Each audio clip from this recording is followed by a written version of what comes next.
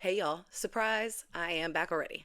I realized I made some mistakes in the video I released yesterday, the Springfield 3 Part 2. The first mistake that I made is regarding Francis Robb. In the last video, I said that Francis Sr. was the brother-in-law of Tommy Smith, and that is correct. They were brother-in-laws.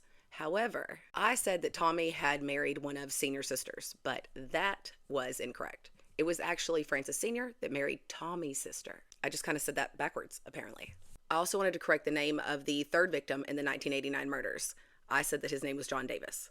That was incorrect. It's John Davidson. I don't know how I mixed that up. But I also got some new information that I did not have when I recorded part 2. So I wanted to go ahead and add that in here too. First, let's circle back to the grave robbers. I did get a picture of Joe Riddell. Very exciting.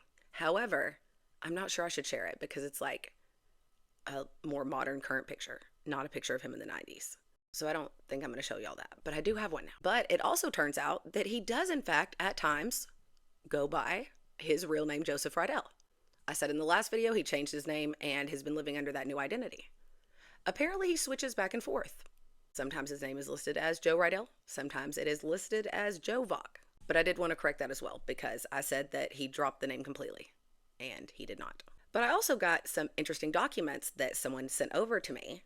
And I learned that it was actually a Crime Stoppers hotline tip called in that led to the grave robbers being arrested. The anonymous caller reported 3 men and identified one of them as being named Mike. They also said that Mike and a guy from Chicago, Joe, lived together.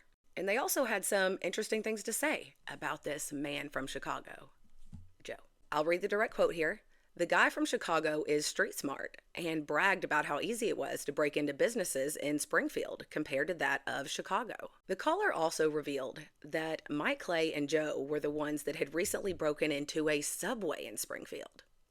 I had no idea about this. They broke into that Subway on January 20th, 1992, and they stole nearly $4,000. But this is the part that kind of made my hair stand up. Y'all listen to this. The caller also stated that Joe's specialty is to take the back doors off of the building by removing the hinges or the hinge pins. He will even replace them to cover up the point of entry. Oh my God.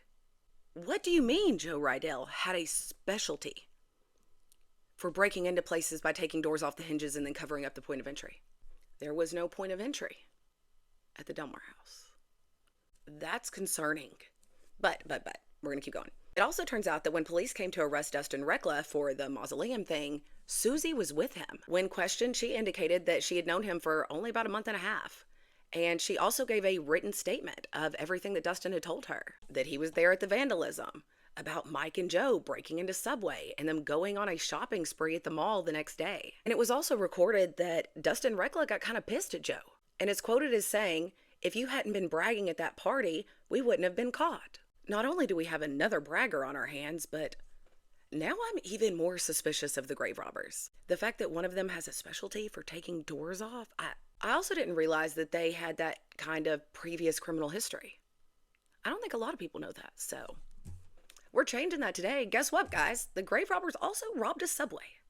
Also, while I'm on here, I wanted to tell y'all that I also learned a little bit about Ricky West of the Grand Jury 3. It seems that back in his heyday, he was also known as Tattoo Red because of his red hair and all of his tattoos. And he went on quite the literal crime spree in December of 1992. He was 27, and what started with a carjacking turned into a spree of armed robberies in Eldon, Osage Beach, Kaiser, and Lake Ozark. Then he stole another car from a car dealership, led the police on a whole car chase around the lake area before he rolled it down an embankment and then jumped up and ran away on foot.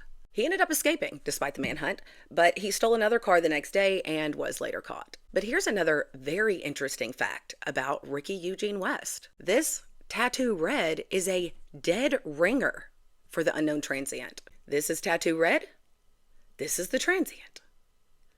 They look very much alike. And I had actually noticed before that Ricky West fit the description of the unknown transient. He was roughly the same height, with the strawberry hair and the freckles. But when you put these two photos up side by side, that's pretty wild. But that's pretty much it. I just wanted to jump on here, make sure to correct those few things I was wrong on, but also wanted to tell y'all this because that's some interesting information. And I wanted to make sure it was included somewhere. So I will start working on part 3 soon. It'll probably be out like next week. But But I hope y'all have a great day and an amazing week.